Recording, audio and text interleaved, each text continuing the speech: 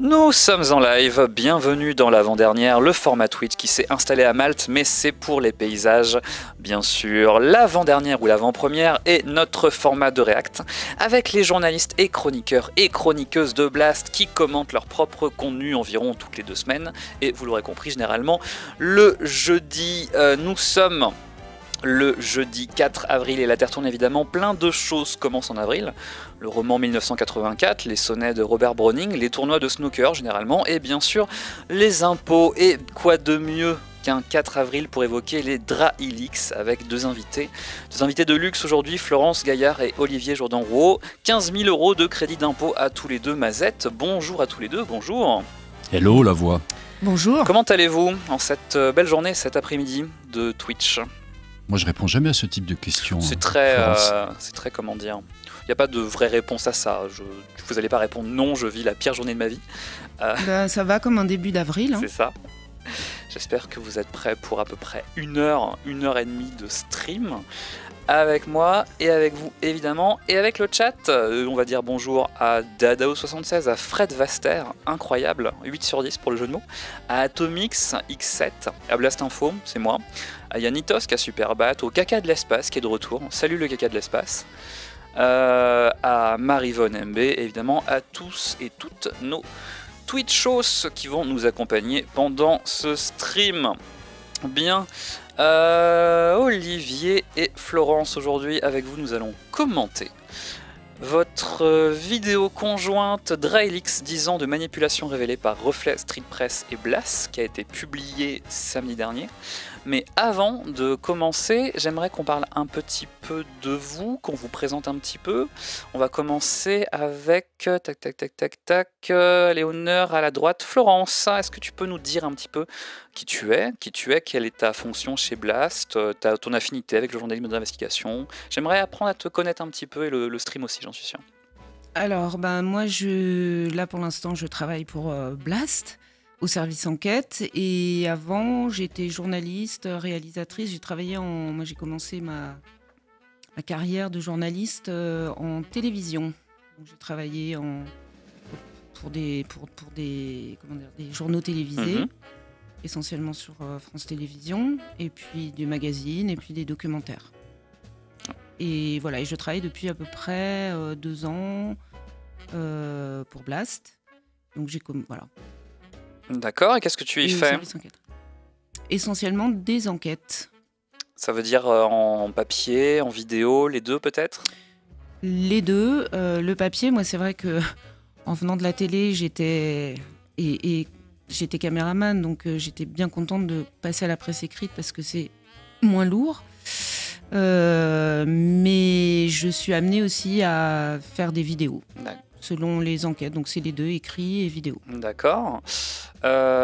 Merci à toi. Je vais passer à ton camarade et notre camarade Olivier, Jourdan-Rouault. Bonjour Olivier. Hello. Merci à vous deux de rejoindre la chaise de l'avant-dernière. Olivier, est-ce que tu peux nous en dire un peu plus sur toi et ta fonction à Blast, s'il te plaît ? Je vais essayer. Moi, je suis là depuis le lancement de cette aventure où je travaille avec mes camarades de la cellule enquête, dont Florence. Je parle enquête, je parle de sujets, je prépare ce qui est après diffusé ou publié sur le site ou sur nos chaînes. Et avant ça, j'ai fait pas mal de choses, très principalement de la presse écrite. J'ai, parmi d'autres choses, notamment créé et dirigé 2 quotidiens de presse écrite donc dans le sud de la France. Et puis j'ai fait aussi d'autres choses. J'ai fait de l'édition, j'ai fait également du documentaire, une petite dizaine. J'ai travaillé à une époque notamment pour peut-être les plus anciens d'entre vous, je ne sais pas s'il y en a beaucoup, qui s'appelait Striptease, voilà. Striptease, le documentaire ? Ouais. Alors c'est très intéressant parce qu'il se trouve que l'un des formats de Blast est fortement inspiré de Striptease, qui s'appelle Jean de France, la parenté va jusqu'au générique. Et c'est quelque chose qui parlera à beaucoup de gens ici, j'en suis sûr. Merci à toi aussi d'être venu sur la fameuse chaise de l'avant-dernière. Donc Olivier et Florence sont un peu les Peter et Steven de Blast, nos journalistes d'investigation du jour. D'ailleurs, est-ce que vous avez toujours eu des appétences pour ce type de journalisme, ou c'est quelque chose que vous avez développé à Blast ? Flo ? Alors, moi j'ai toujours eu de l'appétence pour ça. J'ai pas forcément eu l'occasion de développer beaucoup d'enquêtes pour la télé. Mais bon, si je suis venue à Blast, c'est pour faire essentiellement de l'enquête. D'accord. Et toi, Olivier ? J'ai fait un peu autre chose. Enfin, je suis passé un peu par tous les différents genres du journalisme. Qu'est-ce que j'ai fait de drôle ? J'ai fait des tas de choses. J'ai fait du journalisme sportif, ce qui peut être un peu des fois l'antithèse de ce qu'on fait nous ici aujourd'hui. J'ai fait, je sais pas, moi j'ai écrit sur la pêche, sur la culture, sur des tas de choses. Et puis non, j'ai fait une dizaine d'années de journalisme politique. Et puis je me consacre entièrement à ce qu'on appelle l'enquête depuis bien une quinzaine d'années. D'accord, donc vous êtes de vrais journalistes Shiva, comme on dit, vous avez eu de multiples casquettes. J'aimerais vous demander quel est votre rapport avec Twitch, mais il me semble que c'est votre première à tous les deux. Votre première émission Twitch, votre premier direct. Ça se voit ? C'est une question. Oui. Moi, je ne connais pas Twitch. Bah vous... Enfin, j'en ai entendu parler, mais je ne connais pas ce format. Je ne suis pas abonnée et c'est la première fois que je participe à un Twitch. Bah vous le voyez, c'est assez simple. On a des réactions en direct de gens qui ont eu la gentillesse de venir à 14h, qui nous regardent au travail ou peut-être qui viennent de se réveiller. Destiny Ambre qui nous fait salut, qui nous dit bonjour, Sentier Battant qui nous fait coucou et tout, Yanitosk. Salut à toutes et à tous d'être venus. Alors, aujourd'hui, évidemment, on va parler des Draelix, mais avant, j'aimerais qu'on contextualise un petit peu le sujet, comme une bonne dissertation, quoi, ce qu'on n'a pas fait depuis très très longtemps. J'aimerais parler de l'historique des X-Papers, des Y-Leaks depuis 2016. Vous savez que depuis notamment les Panama Papers, des médias se regroupent pour plancher ensemble sur des sujets d'investigation d'ampleur, mais celle qui nous intéresse aujourd'hui a pour particularité de regrouper des rédactions plus petites et indépendante. Vous pouvez nous parler de cette collaboration ? Alors il y a sur ce sujet-là qui a quand même, on va pas dire bousculé parce que c'est extrêmement positif, c'est effectivement l'apparition en matière de journalisme et en matière de journalisme d'enquête de ce qu'on appelle les consortiums. C'est effectivement ça.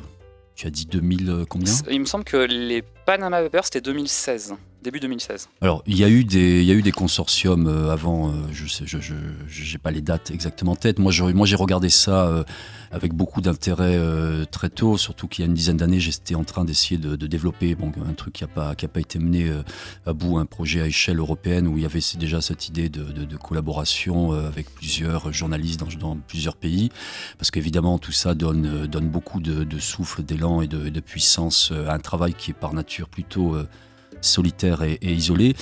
Nous concernant, alors on va bien sûr en parler beaucoup plus dans le détail avec Florence, mais alors petite rédaction, oui, dans le sens où les trois rédactions qui se sont liées, qui ont mis des moyens en commun pour travailler sur les Draelix ne sont pas des grands médias, on va dire institutionnels et qui existent depuis 50 ans, sont des médias indépendants.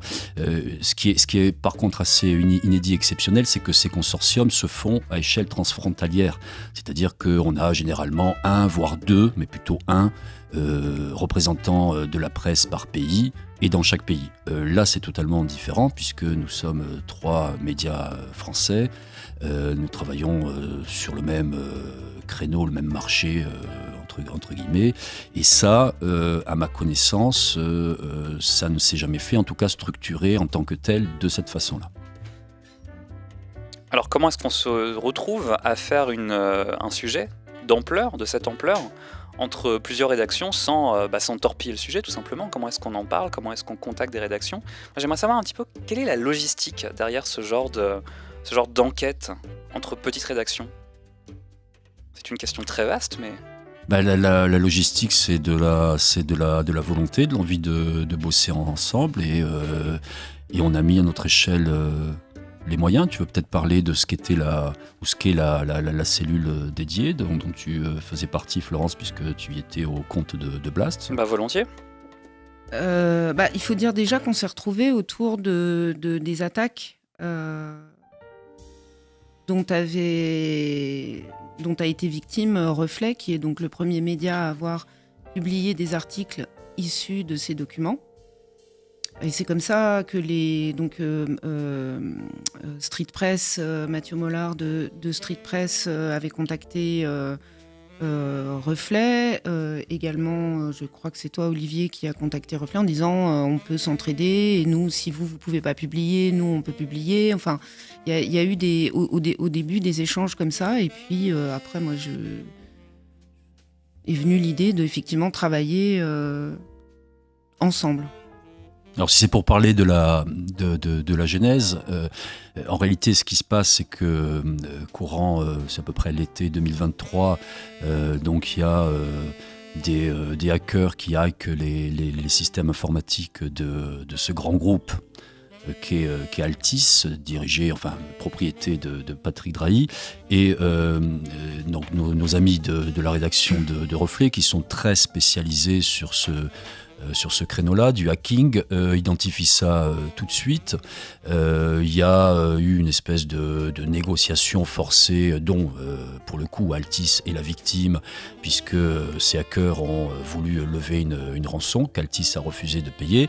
Et les hackers, suite à ce refus, mettent ces éléments sur des parties très cachées, très arriérées d'Internet, sur lesquelles Reflet identifie tout de suite, va les récupérer, va commencer à les regarder, et nos camarades de Reflet, je crois que c'est à l'été 2023, vont commencer à publier un ou deux papiers sur cette histoire-là, très principalement à l'époque, je crois, sur ce phénomène de hacking. Et là, ils vont avoir une réaction qui est immédiate d'Altis, c'est-à-dire que tout de suite, c'est le bataillon d'avocats qui est envoyé au front, et tout de suite il y a une procédure qui part, et nous on se mobilise là-dessus parce qu'elle est, nous semble-t-il, assez scandaleuse, ou dans le sens où Reflet se retrouve devant un tribunal de commerce. Alors il faut savoir qu'en matière de presse, il existe des juridictions spécialisées, à Paris notamment, et la principale c'est la 17e au tribunal judiciaire de Paris, ce sont des juges et des magistrats qui sont spécialisés sur les affaires de presse en matière de diffamation. Or là, pas du tout. Altis n'envoie pas pour se plaindre éventuellement, ce à quoi tout citoyen a droit, et de façon très légitime, d'un article, ou en tout cas ce qui est raconté. Altis envoie Reflet, nos amis de Reflet, devant un tribunal de commerce. Or, un tribunal de commerce n'est spécialisé en rien sur ces questions-là de presse. Ce ne sont pas des juges et des magistrats professionnels, ce sont des commerçants ou des chefs d'entreprise qui sont élus par leur pairs.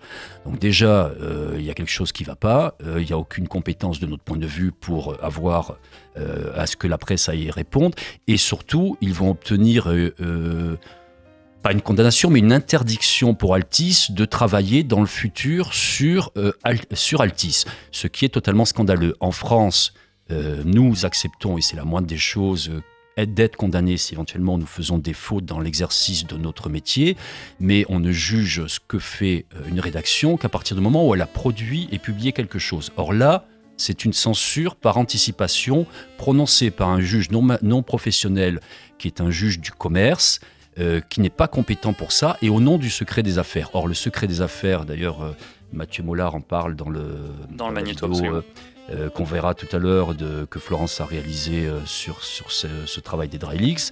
Il se trouve que nous, la profession, on est très très mobilisés depuis plusieurs années sur ce qu'est le secret des affaires, qui prétendrait empêcher les journalistes de faire leur travail quand il s'agit d'intérêts des entreprises. Donc là, évidemment, nous, dès qu'on voit ça, d'abord on a écrit, on a pris des positions publiques, on n'est pas le seul, l'ensemble de la profession l'a fait, et heureusement. Et puis moi, j'avais tout de suite appelé donc Antoine Champagne, qui est le rédacteur en chef de Reflet, d'abord pour lui signifier notre soutien, et je lui ai dit tout de suite: Antoine, tu es empêché de publier, c'est scandaleux, c'est anormal.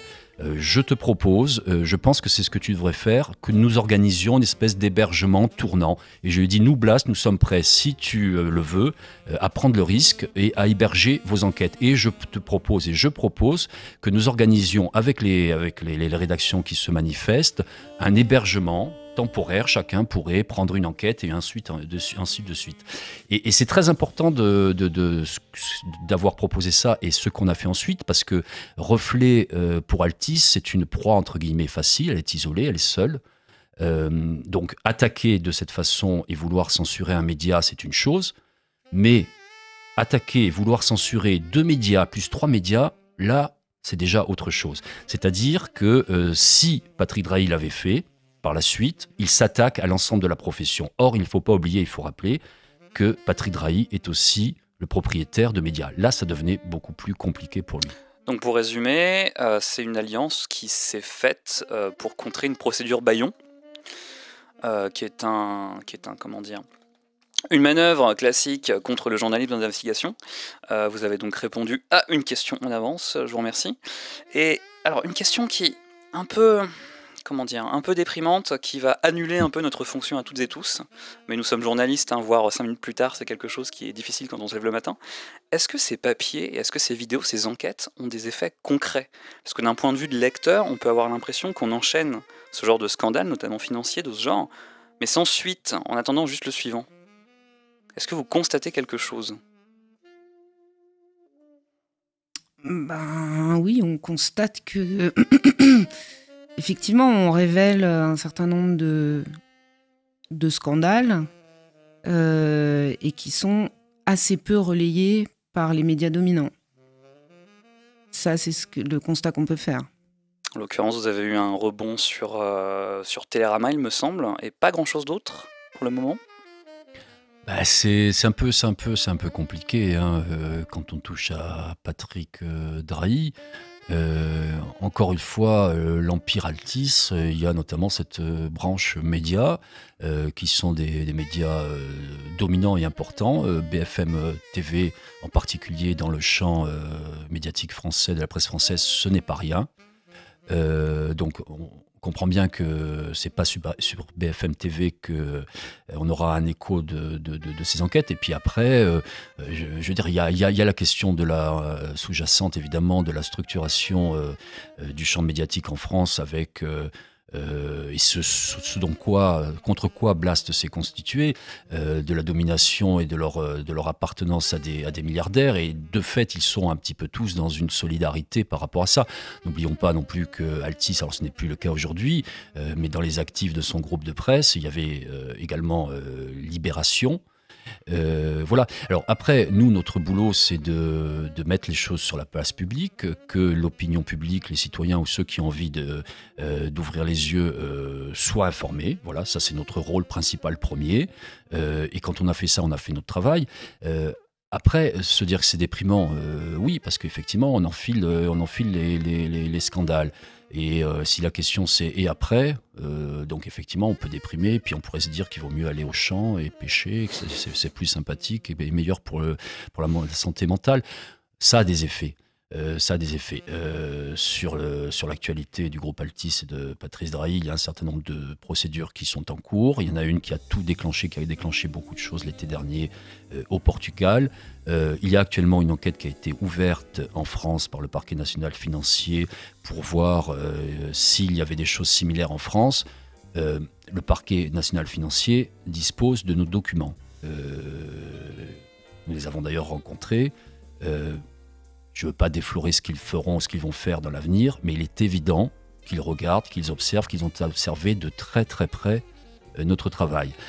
Ce qui est assez paradoxal là-dedans, c'est que la justice, en France, a les mêmes documents que nous, c'est-à-dire des dizaines de milliers de documents qui rentrent dans la mécanique interne du groupe Altis. Mais la justice en France n'a pas les moyens. Je vous le dis, c'est pour ça que ça montre l'importance de médias petits comme nous, n'a pas les moyens de décortiquer cela. Ça semble sidérant parce que, je veux dire, à la rigueur, ils auront beaucoup plus de pouvoir que nous pour expertiser tout cela et en tirer les conséquences s'il doit y en avoir. On parle de combien de milliers de fichiers déjà ? On parle d'à peu près 450 000 documents. Et effectivement, c'est extrêmement chronophage de suivre une histoire ou de suivre ce que fait telle ou telle entité. D'abord parce que on n'a pas forcément la totalité c'est un petit morceau de la comptabilité qui est dans ces documents. Et ça prend un temps de tout lire, de tout décortiquer, parfois c'est dans des langues en anglais, en hébreu, en portugais, sont des contrats extrêmement compliqués, c'est-à-dire que même traduit, moi, il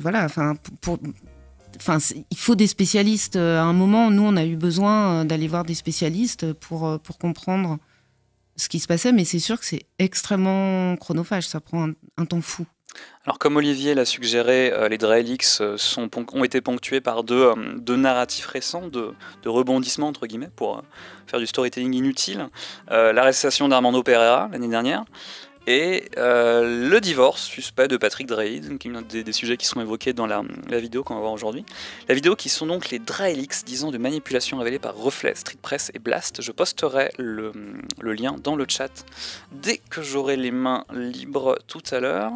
Et pour éviter, évidemment, alors transition quasi ovidienne, pour éviter que Blast tombe sous le joug d'un grand groupe, la solution la plus directe, évidemment la plus pertinente, c'est de s'abonner. Et encore une fois, je vous ai préparé une petite infographie que vous avez en plein écran. Alors c'est de toute beauté, hein. Nos graphistes ne sont pas là aujourd'hui, j'en profite. Je pense que j'en ferai une par numéro. Hein. Donc vous avez mon programme financier pour la suite de Blast. Je vous laisse le constater. Grâce aux abonnements, on peut financer toutes ces choses, évidemment, mais aussi des formats sur Twitch, des podcasts, des articles. On paye les pigistes, on paye les locaux, on paye les journalistes, on paye le matériel pour faire du stream, du Twitch, etc. C'est absolument fantastique. Et toutes ces belles choses. Donc, je vous invite avec... Tac. Je mets le lien sur le stream en temps réel, c'est fantastique. Et grâce à ça, on pourra continuer à faire des lives avec nos journalistes et journalistes de grandes compétences, dont aujourd'hui notre cellule investigation qui est là. Alors, Olivier et Florence, on va regarder tout ça ensemble, mais avant, un générique.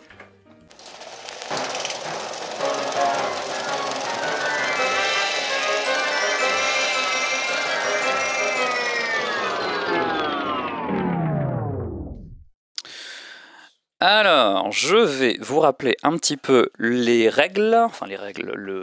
principe de ce stream. Je vous rappelle donc, je me répète, car je n'ai pas assez dormi, c'est ma faute. L'avant-dernière est un format de React, donc un espèce de classique de Twitch, dans lequel tout simplement les journalistes de Blast commentent, offrent une sorte de commentaire audio d'une vidéo qu'ils viennent de faire ou qu'ils vont publier. Donc en l'occurrence, on est sur une avant-dernière. Donc le but du jeu, Florence et Olivier, c'est que vous regardiez cette vidéo, que vous fassiez on-off, et que à des moments que vous jugeriez conditionnels, opportuns, vous apportiez votre commentaire. Vous apportiez du contexte, des choses que vous n'aviez pas pu mettre éventuellement dans cette vidéo, des choses que vous pouvez dire, parce que j'imagine que dans ce genre de journalisme, on ne peut pas vraiment détricoter la suite de l'enquête. Je ne tiens pas à ce que vous preniez d'autres procédures bâillons, justement. Ayant moi-même eu ce genre de soucis pour des sujets extrêmement triviaux, genre des Bixby de licence de logiciels entre associations, j'ai eu ce genre de problème. Alors vous, je n'ose imaginer, quoi. Donc je vous invite à dire ce que vous voulez et à commencer la vidéo quand vous le voulez.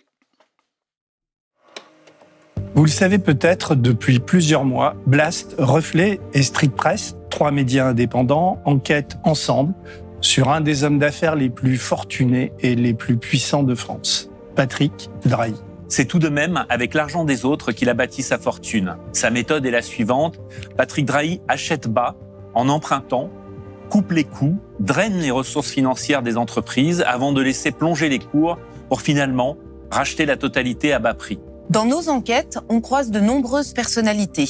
Les amis de Patrick Drahi reçoivent de l'argent, les frères Attali ou Bernard-Henri Lévy, mais aussi Jean-Jacques Bourdin qui a perçu plus d'1 million d'euros pour pas grand-chose. Avec Patrick Drahi, l'art, c'est moins d'impôts. Le propriétaire d'Altis accumule aussi les œuvres d'art. Picasso, Chagall, Giacometti, il possède une collection de plus de 200 œuvres estimée à 750 millions d'euros. Factures impayées, directeur financier méprisé et complexité des schémas financiers, les Drahelix dévoilent les astuces et difficultés d'Altis pour financer la chaîne franco-israélienne, au bord de la banqueroute. Ce travail en poule de 3 rédactions est inédit en France. C'est un travail titanesque pour exploiter cette énorme masse de documents.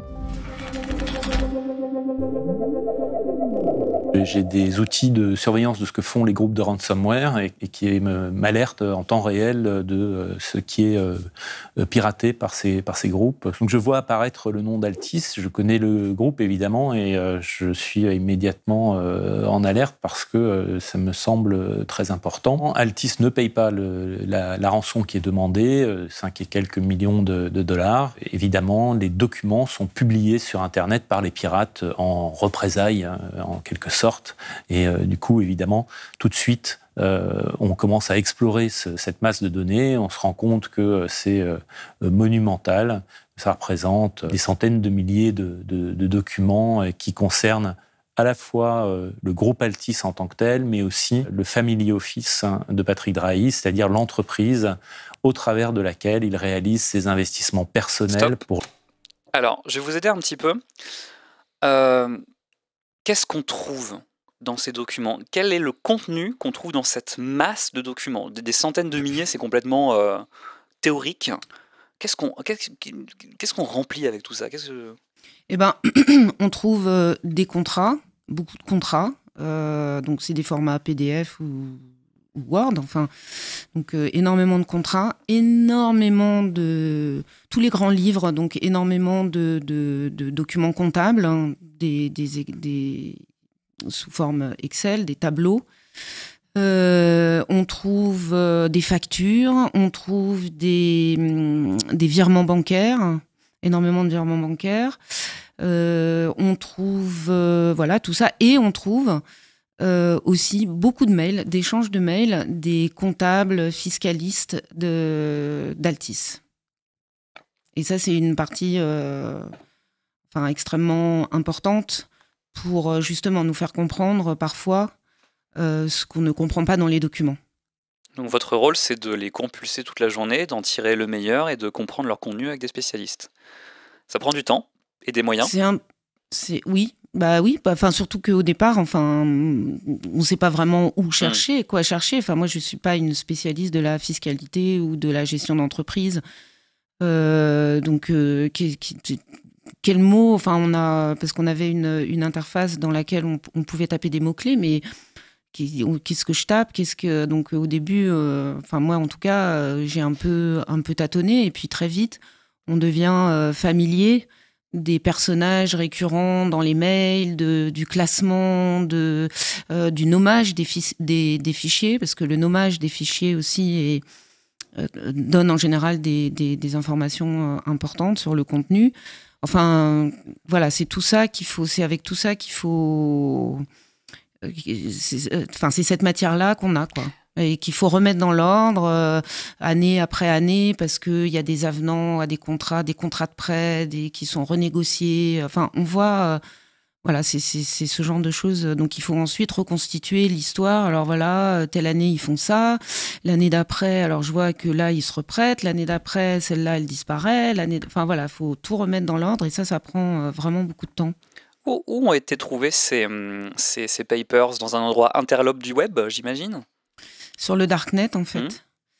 Et ça, alors, bon, Antoine serait mieux placé pour en parler, mais il y a effectivement des groupes de hackers. Là, en l'occurrence, c'est un groupe qui s'appelait Hive, H-I-V-E, russe. Hein. Apparemment, ce sont eux qui ont récupéré ces données et qui demandaient à Altis 5 millions de dollars pour ne pas les mettre en ligne.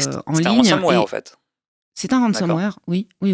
Et manifestement, Altis n'a pas versé la rançon. Et donc, ils ont mis ces documents donc sur le darknet. C'est quand même pas en tapant sur Google qu'on pouvait tomber sur ces documents. D'accord. Olivier? Je confirme. D'accord, il confirme. Bah, écoutez, vous pouvez reprendre la vidéo et n'hésitez pas à commenter dès que vous avez quelque chose de super à dire. Allez, je vous fais confiance. Pour lui et sa famille. Moi, je découvre les dry leaks dans la presse, comme tout le monde. En fait, je lis Reflet et je vois les premiers articles. Je trouve ça passionnant. Et puis, je vois la réaction de Patrick Drahi, qui attaque Reflet, ce qui n'est pas étonnant, mais surtout qu'il l'attaque sur la base du secret des affaires. Et le secret des affaires, c'est une disposition qu'on savait inquiétante, puisqu'elle permet la censure potentielle de journalistes, de médias, pour protéger les entreprises et les ultra-riches. Et quand cette loi avait été votée, moi, je m'étais mobilisé, je faisais partie du collectif de journalistes qui s'était battu pour tenter d'empêcher l'existence de cette loi. Et là, on voit le premier cas, la première affaire où il y a un média qui est censuré, à qui la justice dit « Nous vous interdisons d'écrire à nouveau sur ce sujet, sur cet homme d'affaires, parce que vous pourriez violer ce fameux secret des affaires. » Et donc, Antoine Champagne, le rédacteur en chef de Reflet, m'appelle et me dit « Bah voilà, t'as vu, on a un peu gagné, un peu perdu devant le tribunal, mais nous, on va pas s'arrêter là, on va continuer. Et on a envie de frapper plus fort, d'être plus efficace, de mieux enquêter. Et on a besoin de médias indépendants, prêts à nous rejoindre, à bosser avec nous. » Ça me semblait évident de dire oui, de participer à cette aventure, parce que le sujet est d'utilité publique et parce que le combat contre la censure est lui aussi d'utilité publique. Et la troisième raison, c'est que je trouve que faire un travail commun entre médias indépendants, c'était une belle bataille. Et donc, on s'est retrouvés à 3 médias. On aurait pu être 4 ou 5. Ça aurait été un plaisir. Et voilà, c'est comme ça que tout a commencé. Blast, qui a soutenu Reflet lorsque Patrick Drahi a tenté de faire interdire la publication d'articles issus de ces leaks, a finalement décidé de participer aux enquêtes. Alors moi, je suis arrivé en cours de la 2e série de révélations sur les Drahi Leaks. En fait, il y avait une telle masse de documents à traiter, il y avait tellement de dossiers à creuser que le pool Drahi avait besoin de renforts. Il y avait besoin de nouveaux yeux, de nouvelles mains pour aller jusqu'au bout des documents. Alors moi, ça m'était déjà arrivé de travailler sur des montages fiscaux, par exemple, un peu en Suisse, mais j'avais jamais été confronté à une telle série de documents. On a des mails, on a des factures, on a des contrats. En fait, c'est un immense puzzle avec des petites pièces, des confettis qu'on essaie d'assembler pour essayer de comprendre la grande histoire. Et il y a plusieurs grandes histoires qui se mélangent au sein des Drahi Leaks. Donc ça prend des journées entières à fouiller des documents. Pour ma part, quand je découvre ces milliers de documents comptables, de contrats, de montages financiers d'une complexité ahurissante et d'échanges de mails, je me dis d'abord que ça va être du boulot, mais je me dis surtout que c'est une véritable opportunité qui m'est offerte de pénétrer les arcanes les plus secrets de la finance d'entreprise, de voir, en quelque sorte, ce monde financiarisé dont parle Antoine se dérouler sur une dizaine d'années sous les clics de ma souris. Comme mes camarades, je... Oui, un petit mot sur ce que nous dit Florence ici. Effectivement, c'est un matériau pour nous, journalistes, Morane, qui faisait partie, donc qui travaillait au sein du pool des Drahi Leaks aussi pour le compte de Blast, le dit aussi à sa façon. Alors c'est un océan, on a parlé de la difficulté de trouver des choses et comment faire avec ça, mais c'est un matériau formidable. Nous, on passe notre temps à essayer de trouver un document, de confirmer des choses, et généralement, on monte ou on construit, on publie, on diffuse des enquêtes. Quand on a 5-6 documents, c'est déjà énorme. Là, on a quelque chose de formidable. Et effectivement, c'est une plongée totalement inédite au cœur d'une très grande entreprise, d'un très grand groupe, plus exactement, avec les choses qu'on découvre et qu'on trouve là-dedans. Effectivement, ça montre comment tout ça fonctionne, tout ça est structuré, avec des montages extrêmement complexes. Il y a des schémas qui sont très très difficiles, très très compliqués, qu'on a dû recomposer à comprendre, parce que ça passe tout ça par des filiales, des sous-filiales, des pays plus exotiques les uns que les autres, et surtout leurs régimes fiscaux, évidemment.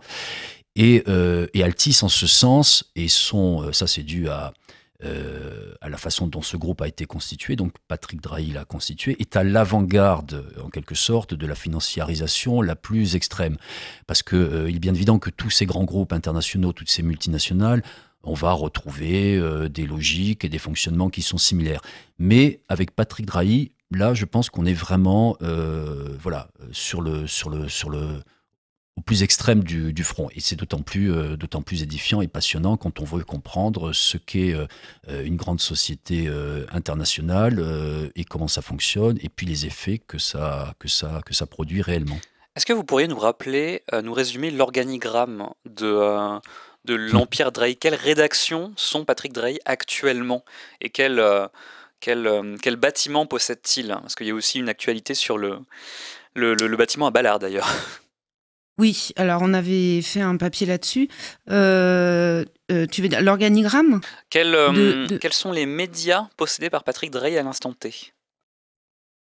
Ils sont au nombre de 3 actuellement, à moins qu'il y en ait des petits, puisque Libération ne fait plus partie des actifs du groupe.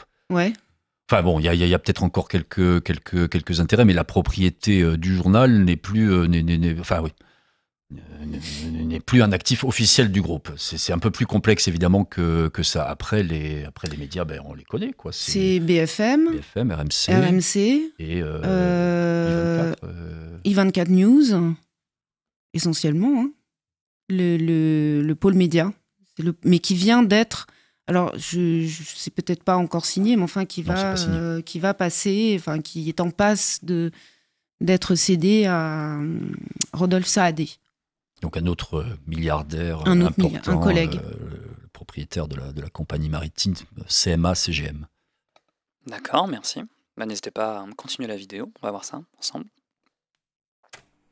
Je me rends compte assez vite de l'obsession fiscale qui anime le cœur de la machine.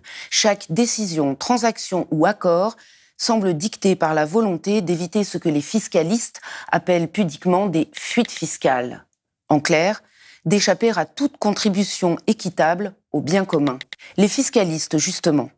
Je suis stupéfaite de voir la légion de fiscalistes, d'avocats conseils et de comptables zélés qui traversent ces leaks. On y retrouve les cabinets internationaux qui gèrent les plus grandes entreprises du monde. Mayer Brown, Ernst & Young, Deloitte, PricewaterhouseCoopers. Ils sont presque tous là et apparaissent comme les véritables architectes de cet empire et les premiers bénéficiaires. Ce sont littéralement des millions d'euros qui ruissellent sur les cabinets de conseil, sans oublier la présence complaisante des banques comme BNP Paribas, le Crédit Suisse, mais aussi des groupes liés à la finance la plus prédatrice comme Goldman Sachs ou BlackRock. C'est tout ça que l'on trouve dans les leaks. On a une espèce de micro... Et juste, c'est un vrai... moi d'abord, c'est quelque chose qui m'a véritablement frappée. Moi, je n'ai pas de connaissances spécifiques en gestion d'entreprise à la base, mais surtout en regardant les mails et puis qui sont aussi ceux qui signent les contrats, à force de regarder dans ces documents, on devient familier avec ces comptables, ces fiscalistes, ces juristes, voilà. Et moi, ce que j'aurais bien voulu montrer dans ce sujet, mais on n'avait pas le temps, puis c'était peut-être un petit peu compliqué, c'est la façon dont ces gens sont, les échanges qu'ils ont, c'est-à-dire la vision, c'est un peu toute la vision de leur vision du monde qui transparaît. Et j'aurais bien voulu pouvoir mettre des extraits de certains mails dans lesquels on voit qu'il a un comptable qui se réjouit que ils n'ont pas payé la facture qu'ils doivent à telle entreprise et que c'est tant mieux maintenant Goldman Sachs, tiens, il y en a un qui vient juste de rencontrer le gars de chez Goldman Sachs France à qui il a discuté de telle ou telle opération et que oui Goldman Sachs, on est raccord avec eux, les travailleurs européens sont bien en concurrence, l'inflation ça va pas durer, enfin voilà, et là se déroule par exemple toute l'analyse de Goldman Sachs. Voilà, c'est des choses comme ça et des gens zélés, enfin des gens qui vraiment bossent dur Et voilà, avec des mails qui s'échangent à n'importe quelle heure du jour et de la nuit, et ils bossent jour et nuit, et week-end compris. Donc tu aimerais bien revenir aussi un petit peu, peut-être une prochaine fois, sur la subjectivité de ces gens-là qui en ont une et qui objectivent quelque chose. Peut-être c'est une commande pour bientôt, on verra ça. Juste, je réponds à un de nos amis là qui nous pose une question. C'est CMA, CGM, non, c'est pas la famille Kohler. La CMA CGM est une compagnie maritime française qui est numéro 2 ou 3 selon les classements du commerce maritime international, dont le siège est à Marseille. Et les parents de la famille Kohler, puisque vous savez qu'il y a une affaire Kohler, c'est également une autre compagnie maritime qui, elle, est la numéro 1 mondiale et qui est suisse-italienne. C'est pas exactement la même. C'est intéressant comme contexte. On pourrait s'imaginer que ces échanges sont tous très cyniques, un peu comme les grands groupes énergétiques américains à l'EPCOM qui se marraient à l'idée de supprimer le courant en pleine crise à leurs clients. Non, c'est intéressant de savoir que... Non, mais moi je trouve ça. Moi j'aime bien aussi. Bon, c'est vrai que avec Florence on travaille ensemble depuis 2 ans et elle l'a dit. Elle n'est pas au départ une spécialiste de la gestion d'entreprise. D'ailleurs, personne ne l'est véritablement chez nous. Mais nous, notre travail, c'est d'être capable de se confronter, d'affronter une telle matière, y compris avec notre inexpérience au départ, et de le faire et d'y arriver à force de travail. Mais moi, ce que j'aime bien, permets-moi juste de dire un mot par rapport à ton travail, c'est que j'aime bien ce regard, cette fraîcheur, cette sensibilité. Je trouve que se pencher sur la question de la sensibilité ou de l'insensibilité ou de la joie là-dedans, c'est intéressant. On verra si on peut le faire, mais moi ça m'intéresse beaucoup, Florence. Justement, on a une question de Glabouni qui nous dit « Merci à vous de travailler sur cette enquête, ça doit être crevant et morbide de mettre le nez dans autant de malversations. » Alors, je vous souhaite bien du bonheur et de repos après tout ça. Alors, j'ai envie de dire, heureusement, entre guillemets, avec 50 guillemets, tout cela n'est que financier. Alors, heureusement, non, tout ça n'est pas financier. C'est une prétérition, hein, vous en doutez.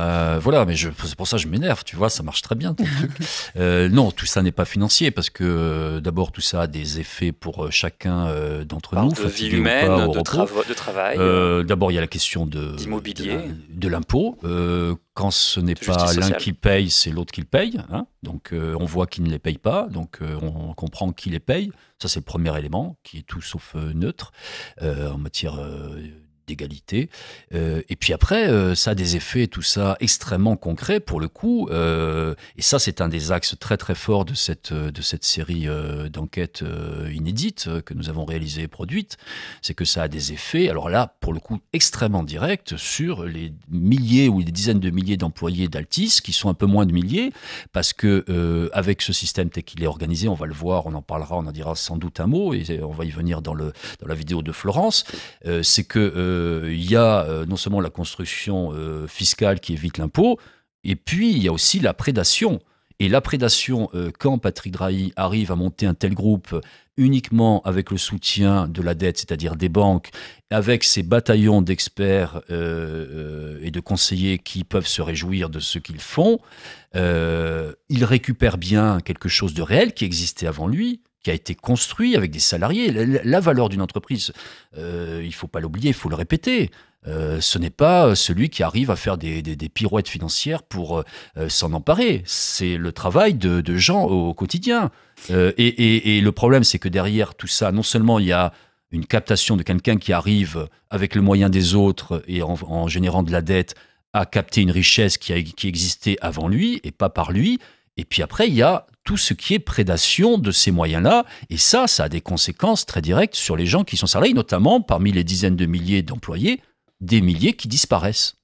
Et parmi ceux qui restent, il y en a quelques-uns quand même qui sont écœurés de voir à quel point... C'est leur travail, c'est leur outil de travail. Des gens qui étaient là, enfin qui sont chez SFR depuis 20 ans, 15 ans, donc ont connu le avant Drahi. Et qui sont aujourd'hui mal dans leur travail. Et qui ont constitué cette valeur-là, cette richesse-là, hein, rappelons-le. Donc on le rappelle, ce sont des scandales financiers, mais aussi humains, et qui parfois, directement, fragilisent le journalisme et la profession, et bien d'autres. C'est bon de le rappeler.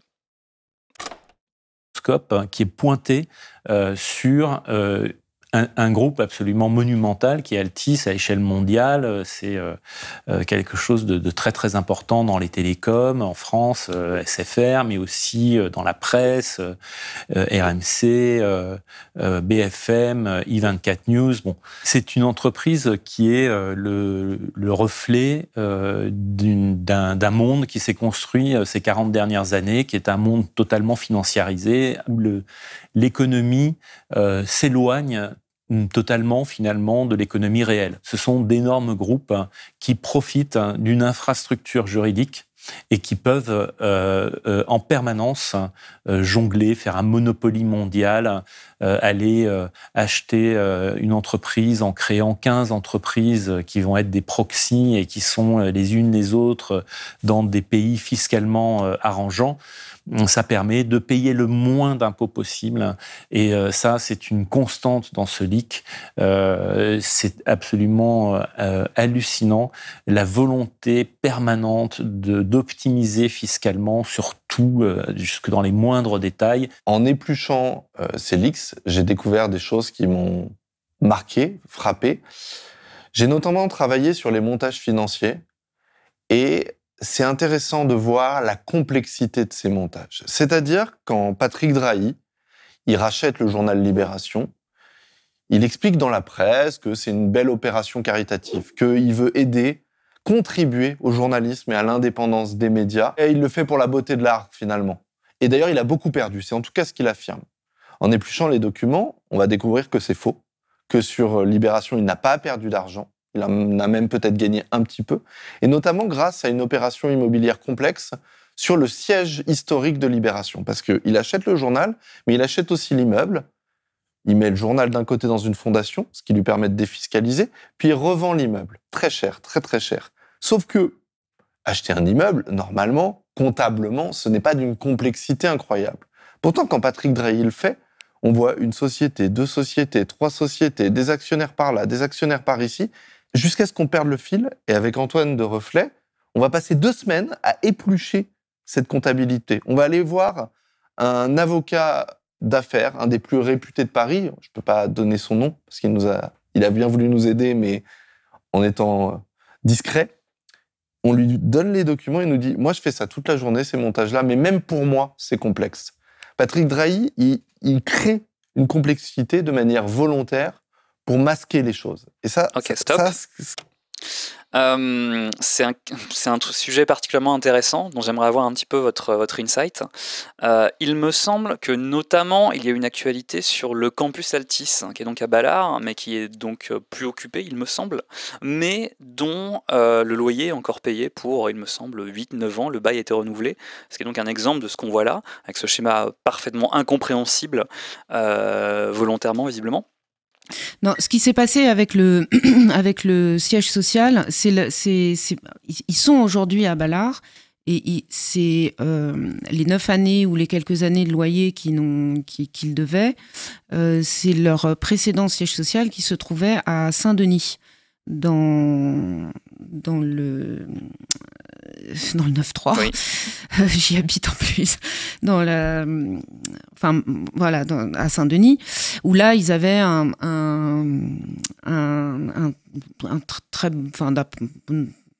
siège social, très, très, très bien. Et à partir du moment où Patrick Drahi, Armando Pereira, Alain Veil, parce qu'ils sont tous les trois, entre autres, dans cette affaire-là, rachète l'immeuble de Balard, du 15e arrondissement de Paris. Il décide tout de suite d'y transférer les sièges sociaux de SFR, mais aussi de BFM et RMC, de façon à ce que cet immeuble soit valorisé, parce qu'il est loué, et donc il y a un loyer qui est payé, donc ça fait augmenter le prix de cet immeuble. Mais du coup, ils ont déménagé, c'est-à-dire que Altice est parti de Saint-Denis, alors même qu'il devait encore quelques années de loyer, et qui continue effectivement à payer en partie. Enfin, c'est SFR surtout qui paye. Et du coup, ils ont revendu une partie de ce bâtiment de Ballard à un fonds d'investissement immobilier. Et là, ils ont fait une très belle opération, une très belle plus-value. Mais pour ça, il fallait qu'ils ramènent le siège social dans ces bâtiments qu'ils rachètent vides à la base. Bah voilà, grâce à Blast, vous savez comment faire un petit montage financier avec de la pierre. Merci Blast. Alors, moi, j'ai appris beaucoup de choses sur l'optimisation Dites-nous fiscale. tout. Attends, on veut vos astuces. Là, les impôts commencent dans 2 semaines. On veut tout savoir. Non, surtout sur la gestion d'entreprise. Enfin, c'est un vrai vadémécum des outils d'optimisation fiscale. Et on voit aussi toutes les lois qui leur permettent de faire cette optimisation fiscale ou de la façon dont ils les contournent en fermant une société, en rouvrant une autre dans un autre pays. On a dans les documents, chaque année, les fiscalistes épluchent toutes les nouveautés fiscales de tous les pays pour savoir s'il n'y aurait pas un endroit où on pourrait s'installer. 2 petites précisions que je vais apporter à ça. D'une part, pour ceux qui nous suivent et nous écoutent, attention aux fausses promesses. Florence Gaillard ne travaille que sur l'optimisation fiscale des très très riches. Je ne sais pas s'il y en a beaucoup parmi nous, mais voilà. Au moins, il y aura Salut pas de tous les milliardaires sur le chat. Voilà, tout le monde est prévenu. Merci d'être là. Et puis ce qu'il y a, puisque là on voit des schémas, on voit bien rapidement ici la complexité de toutes ces opérations. Si on faisait le schéma et la morale de tout ça, il y a effectivement ce sont des pratiques de ce qu'on appelle des raiders en matière de capitalisme, donc qui fondent sur des sociétés qui réussissent via des montages financiers qui sont bien connus depuis quelques années aujourd'hui, qui s'appellent le LBO, c'est-à-dire je ne paye pas ce que j'achète, mais je le fais payer par l'argent des autres, c'est-à-dire la banque qui après ne me lâchera plus. Sauf très très gros accident, ne me lâchera plus parce que de toute façon, elle est obligée de me soutenir coûte que coûte.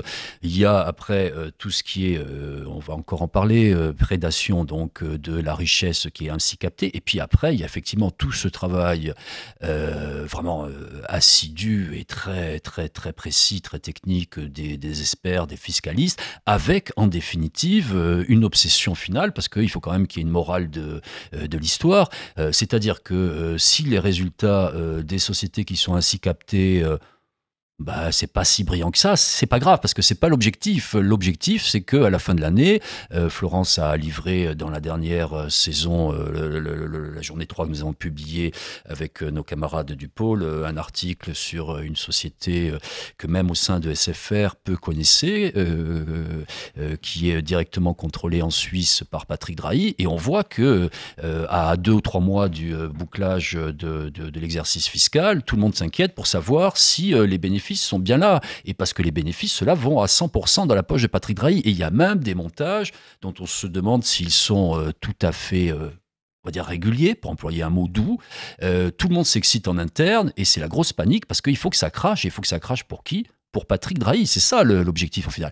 Et on le verra aussi, c'est aussi un des éléments, une dimension de cette enquête, c'est que tout ça, après, ça procure un patrimoine, mais moi, je n'ai jamais vu ça. Ça fait des années que je fais de l'enquête, notamment sur les questions financières. Tout ça va directement dans la poche. Et nous, si on a produit une série d'enquêtes, notamment dans la dernière livraison, qui montre et détaille le patrimoine hallucinant, je pèse mes mots, hallucinant de la famille Drahi, les yachts, les appartements, c'est incroyable, cette débauche de luxe. Tout ça arrive et produit ça. Et nous, on ne l'a pas fait pour faire du Paris Match et c'est se beau dire devant ces riches formidables qui ont tellement bon goût et qui aiment tellement le marbre et le beau. On le montre, pas pour faire du people, mais on le montre parce que ça a un sens. Ça finit là, l'argent des employés qui disparaissent chez SFR, notamment. Ok, super. Merci pour ces précisions. Qui est valable pour cet immeuble est valable pour l'ensemble de l'empire de Patrick Drahi. C'est tellement complexe et tellement opaque que même les gens qui travaillent au cœur de l'empire Altis ne le comprennent pas. Et d'ailleurs, on voit dans les documents des dizaines et des dizaines de schémas pour montrer aux gens comment est constitué le groupe. Parce que pour savoir de quelles entreprises ils sont propriétaires où ces entreprises sont domiciliées, qui possède quel pourcentage, ils sont obligés de faire des petits dessins, parce que sinon eux-mêmes ne le savent pas. Alors oui, ils payent les impôts des paradis fiscaux dans lesquels il s'est implanté. Donc, c'est pas forcément illégal. C'est une optimisation fiscale très agressive. Et donc, qui paye à la fin ? C'est nous. Ce qui frappe, en prenant un peu de recul sur ces documents, c'est l'absence totale de mention d'une stratégie industrielle ou d'une ambition quelconque de développement pour les entreprises du groupe. Aucune trace d'une vision pour en faire des leaders de leur secteur. Non, rien de tout cela. Nous sommes plutôt face à une imposante machine conçue pour aspirer du cash, dirigeant un flux constant de richesses dans les poches de Patrick Drahi, et c'est tout le mode de vie des ultra-riches qui défile dans ces documents. Au début, dans les premières semaines, quand j'ai le Leaks entre les mains, je tape tous les noms propres, connus, que je sais avoir un lien avec Patrick Drahi. Et donc, je vais taper le nom de joueurs de foot qui sont sponsorisés, qui sont égéries de SFR. Cristiano Ronaldo et Neymar. Mais en tapant ce nom de Neymar, je vais tomber sur un document qui est baptisé Projet Neymar. C'est une petite partie d'une opération plus large où Patrick Drahi vide les caisses d'SFR, vide les comptes, il prend l'argent de l'entreprise, cet argent qui a été gagné par la téléphonie, qui est censé servir à payer des salaires, à acheter des infrastructures, peut-être verser un petit peu de dividendes, pourquoi pas, dans une société capitalistique. Mais là, il vide de manière industrielle les comptes. On parle de plusieurs milliards d'euros qui vont être méthodiquement aspirés vers le haut. Il faut se souvenir que Patrick Drahi, il achète SFR pas avec son argent, avec de l'argent qu'il a pris auprès de banques, qu'il a pris auprès de marchés financiers. Et en fait, cette dette, il va pas la rembourser de sa poche. Il va la rembourser en vidant les caisses d'SFR. Donc, il emprunte pour acheter SFR, il achète SFR, il vide les caisses d'SFR et il rembourse la dette. Et comme ça, SFR, pouf, ça lui a rien coûté. Mais par contre, il a viré la moitié des salariés. L'un des premiers articles sur lesquels j'ai travaillé, c'était justement comment Patrick Drahi avait siphonné l'argent de SFR. Cet argent, il permet d'investir dans de l'art, des jets privés, de l'immobilier à travers le monde, des résidences qui sont extrêmement luxueuses. Ça va être aussi notamment un yacht. Un yacht, ça reste quand même un palace flottant. Celui qu'a possédé Patrick Drahi, il est intéressant parce que non seulement c'est concrètement là où l'argent a été investi, mais il permet également de voir que même sur ce yacht, en fait, Patrick Drahi va faire un montage fiscal pour tenter d'économiser un maximum d'argent. En l'occurrence, il va immatriculer son yacht aux îles Caïmans, où le yacht n'a jamais été, et il va le domicilier à Malte, alors qu'on voit très bien que principalement ce yacht réside en France. Et c'est intéressant parce que ça va permettre de faire quelques économies sur les cotisations sociales de ses employés.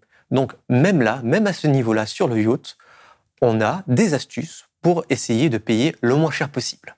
Et ça, encore une fois, au détriment des salariés de Patrick Drahi. Mais on ne se rend pas compte que derrière tout ça, il y a une énorme infrastructure qui se met en place pour permettre à Patrick Drahi et à sa famille de baigner en permanence dans l'huile de noix de coco, c'est-à-dire que tout se fait sans qu'il ait quoi que ce soit à faire. Si il doit partir demain à l'autre bout du monde, il a une grosse propriété à Nevis, un paradis fiscal des Caraïbes. S'il doit partir demain à Nevis, 20 personnes vont se mettre en route pour préparer la maison, pour organiser le voyage de son jet privé, mettre des fraises tagada dans son avion parce qu'il faut toujours qu'il y en ait, etc., etc. On comprend bien que quelqu'un qui, par exemple, décide de s'acheter du jour au lendemain pour lui, pour son Attends, Julien, est-ce qu'on peut, pour le plaisir, ravoir la petite liste avec les petits caprices de star, parce qu'elle me donne beaucoup de plaisir?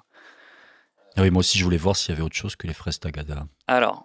Non, des petits beurre cookies, ça c'est... Ça, on va voir Figaro, les Échos, Libération, Libération, l'Express, l'Expansion le possède. Point de challenge des Échos. Faut toujours servir la brioche first alongside his coffee. Des olives. Toutes les sauces servies à part. Des haribots. Always have olives. Il a la dent sucrée, vous le saurez. On a aussi la liste des films qu'il aime bien regarder. Oui, là on l'a pas tout au-dessus du document. Ça commence par un. Il faut lui amener un petit, vous savez, comme dans les restaurants japonais à la fin du repas, ou la petite serviette chaude pour se nettoyer les mains. Bah c'est ça. Alors c'est chaud s'il fait froid, ou la serviette doit être fraîche s'il fait chaud. Non, mais d'ailleurs, c'est assez drôle parce que dans un ou deux des volets de cette enquête qu'on a consacré à ces questions-là, de son mode de vie que ce soit dans ses maisons, dans ses résidences de luxe ou sur son yacht, il y a à destination, comme ça se passe en réalité dans ces lieux de vie des ultra-riches, il y a un guide des bonnes conduites destiné au personnel. Alors, on l'a bien compris, le personnel qui n'est pas payé sous un régime social français. C'est pratique, c'est moins cher. Et puis, il y a tout un tas d'exigences. Alors, c'est vrai que c'est une lecture qui peut sembler un peu ridicule, un peu dérisoire, un peu frivole, mais enfin qui dit quelque chose qui dépasse le dérisoire. Mais parmi les choses relativement drôles, non pas drôles quand on pense en réalité aux gens qui sont, pour le coup, alors là le mot prend toute sa dimension à son service. Il faut savoir que, par exemple, quand il est sur son yacht, à 11h, c'est l'heure du petit bain sur le 3e pont, le 2e pont, je ne sais plus, et que donc Monsieur Patrick Drahi aime qu'on lui serve son pastis. Et puis, c'est précisé à peu près dans cette formulation-là. Il aime bien doser, alors je ne sais plus comment il faut qu'il soit dosé. Autrement, il vous le renvoie. Et on sent qu'il y a une espèce de... D'ailleurs, les employés sont en quelque sorte un petit peu invisibilisés. Là, c'est gênant, c'est plus très anecdotique. Donc, ils sont invisibilisés du point de vue du droit social sur ces bateaux. Donc, on paye avec le moins de droits possible. Et puis, ils sont invisibilisés aussi dans la vie quotidienne. Il ne faut pas qu'ils te dérangent. Par exemple, je me souviens, dans la troisième levée, il y a le lien pour ceux qui veulent aller le voir. Et je précise que ce sont uniquement les 7 dernières enquêtes que nous avons publiées. Il y en a une trentaine au total sur ces 3 journées. Et donc, par exemple, il y a un petit épisode. Il faut que les femmes de chambre, de ménage, suivent en réalité le maître à la trace. C'est-à-dire que dès qu'il est passé quelque part, il faut vite nettoyer, polir la pièce. Mais c'est précisé, la famille Drahi est très mal à l'aise quand elle voit les femmes de chambre au travail. Donc, il faut qu'elles soient invisibles. Voilà. Moi, là, il y a quelque chose qui dépasse l'anecdote. C'est très signifiant, effectivement. Ouais. Etc., etc. On comprend bien que quelqu'un qui, par exemple, décide de s'acheter du jour au lendemain pour lui, pour son propre bénéfice, en fait, et celui de sa famille, il décide de s'acheter une maison de vente aux enchères comme Sotheby's pour un peu plus de 3 milliards de dollars ou d'euros. Bien évidemment, quand il s'achète un appartement à New York, bah oui, ça coûte 54 millions, quelque chose comme ça, de dollars. C'est cher. Mais pour lui, c'est un détail. C'est pas quelque chose qui va lui poser problème, d'autant qu'il va financer ça par de la dette et que c'est pas vraiment son argent. Enfin. Allez, j'ai réussi à appuyer sur ce truc-là. Bravo. C'est toi, Florence, qui a travaillé sur ce patrimoine. Et je pense en particulier là, à ce patrimoine aux États-Unis, parce que là, effectivement, on voit une tour au-dessus de... Comment s'appelle-t-il Central Park. Central Park, c'est une très très belle adresse. Là, on la voit d'en bas. En réalité, ce sont trois appartements de mémoire. Il y en a il y en a un double très très grand pour les 2 fistons. Il y a la fille, il y a celui pour le couple Drahi, etc. Mais peut-être un mot, parce que c'est pas dedans. Le montage aussi, là aussi. Et où on va Alors là, c'est pareil. Il y a donc 3 appartements qui sont achetés, 2 petits de 350 mètres carrés ou de 300 mètres carrés et un grand d'un peu plus de 500 mètres carrés. Donc 24 millions et 54 à peu près. Et puis ça nous fait voyager aux États-unis. Et ça nous fait voyager aux États-Unis. Du coup, oui, c'est ça. Et le montage, c'est que donc quand il achète ses appartements, en général, il les achète pas en son nom propre. Il fait appel à des sociétés, le Family Office, moi j'ai appris ça aussi et j'ai vu ça. Il est constitué de plein d'entités différentes qui gèrent différents aspects de son patrimoine, l'art, l'immobilier, ses investissements financiers, parce qu'il fait aussi beaucoup d'investissements financiers, etc. Et donc, à chaque fois qu'il fait une opération, il met en jeu, alors soit il la crée, soit il utilise une société, voilà, qu'il crée. Et donc là, la société finalement qui gère ce patrimoine est une société qui est basée dans le Delaware. Voilà le petit conseil de Florence Gaillard pour vos impôts. Donc un conseil fiscal d'une experte, allez tous au Delaware. Parce que Delaware, c'est un paradis fiscal. La SCI, apparemment, quand ils font des investissements immobiliers en France, ils utilisent plutôt la SCI. Donc il doit y avoir, ça doit être plutôt pas mal. Ça cache un petit peu. Mais non, voilà, voilà, en France, il utilise voilà, des SCI. Aux États-Unis, il utilise le Delaware. Et en Suisse, en Suisse, de toute façon, c'est déjà un paradis fiscal, la Suisse. Oui, mais il y a quand même des problèmes avec ce paradis fiscal, puisqu'il y avait une question qui était posée sur les 7 milliards que le fisc à Genève lui réclame tout de même. Parce que alors, même là, voilà. C'est pas encore acté, mais là, on va peut-être pas déflorer la vidéo, puisque Mathieu va en parler dans la vidéo, mais bon, c'est en cours de négociation, mais effectivement, et du coup, on va voir pourquoi les 7 milliards. Et puis tous au Delaware. Ou à Malte, c'est là que vont tous les youtubeurs et streamers qui réussissent. Chouette. Ils vont tous à Malte, mystérieusement en groupe. Étrange. Chose comme ça, de dollars, c'est cher.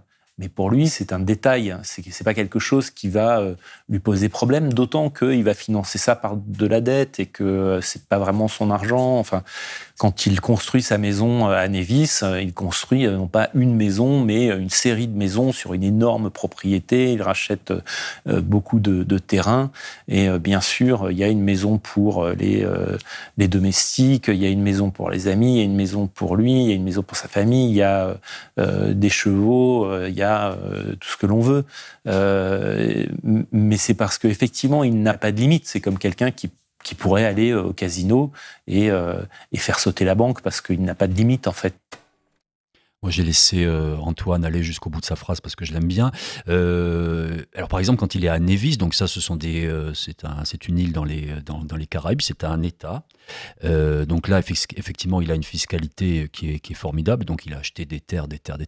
Et il a un problème. Donc là, on a consacré 1 ou 2 sujets dans la série de nos enquêtes là-dessus, parce qu'il a un jet. Il est gros, le jet de Patrick Drahi. Il est trop gros pour atterrir sur la piste de Nevis.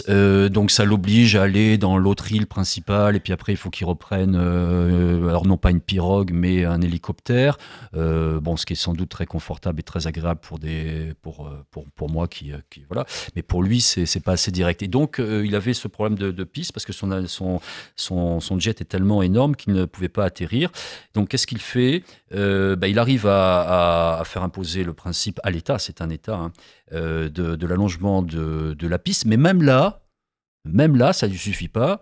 Il en fait une opération rentable, c'est-à-dire qu'en clair, alors je ne me souviens plus dans le détail, je vous invite à aller lire ça, mais il va en fin de compte faire payer ça par le petit État, il va le rentabiliser un temps, etc. En réalité, c'est pas lui qui paye ça, il va même faire un petit billet ou quelques billets là-dessus, et puis après, il leur redonnera la gestion, et c'est eux qui doivent payer les salariés, etc., que cette exigence impose. Et là, juste une petite anecdote, je ne sais pas si je devrais la raconter, mais c'est pas forcément à mon avantage. Personne ne t'écoute. On ferme les oreilles. Discret, vas-y. Voilà. Non, c'est pour simplement revenir. Donc, on a tous les documents d'achat des terres et les plans de l'ensemble qu'il achète. Et il achète donc sur une dizaine d'années. Voilà, plusieurs terrains pour jusqu'à avoir là, enfin en tout cas en 2022, quelque chose comme 126 hectares sur, en fait, ce qui est un resort. C'est-à-dire qu'un peu plus loin, il y a donc une espèce de centre de vacances pour gens très fortunés. Golf, ouais, resort, je sais pas comment voilà. Et à un moment, il y a le propriétaire du resort qui lui propose d'entrer dans l'affaire et parce que voilà, il lui fait l'article en disant que ce type de tourisme est extrêmement rentable et voilà. Et là, on a tout le truc marketing. Et juste, moi, quand j'ai travaillé là-dessus, que j'ai vu tous ces terrains et puis ce rapport voilà marketing, moi, je pensais qu'il achetait des terrains pour en faire lui-même un centre de vacances pour d'autres. C'est-à-dire qu'il y avait tellement de construction là-dessus, il y avait tellement d'investissements. Et c'est Antoine qui m'a dit non, il achète pas ça pour en faire du business, il achète ça pour lui, pour sa famille, pour ses amis. Il y a un héliport sur ce terrain. Et moi, j'étais persuadée que autant de terrains avec autant de projets et de construction, parce qu'il veut faire, il a projet de faire un lounge, de faire des piscines, Donc moi je me disais, il fait un centre de vacances. Et en fait non, moi je pouvais pas dans mon logiciel à moi, je ne peux pas. J'ai eu ça m'est pas venu d'emblée de me dire ah oui il fait ça pour lui. Et maintenant tu es formé à la démesure. Et là voilà. À l'opulence. Et Antoine m'a dit. Et voilà, Antoine m'a rectifié en disant non, mets-toi dans la tête d'un ultra riche. Ce sont des gens qui de toute façon n'auront pas assez d'une seule vie, de toute leur vie, pour dépenser tout ce qu'ils ont. Donc effectivement, il se fait Luna Park dans un paradis fiscal et un paradis tout court. La carte de Dryland, presque littéralement, on va la voir très bientôt. Avant ça, j'aimerais une réaction à ce commentaire d'Axel Faya.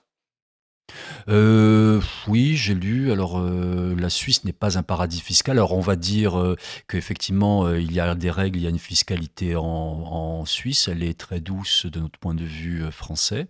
Voilà. Et elle est trop agressive du point de vue de Patrick Drahi, puisqu'il y a cette histoire des 7 milliards, ce qui est quand même énormissime, que lui réclame le fisc suisse. Là encore, je vous invite à aller lire les 1 ou 2 enquêtes que nous avons consacrées à ce sujet-là.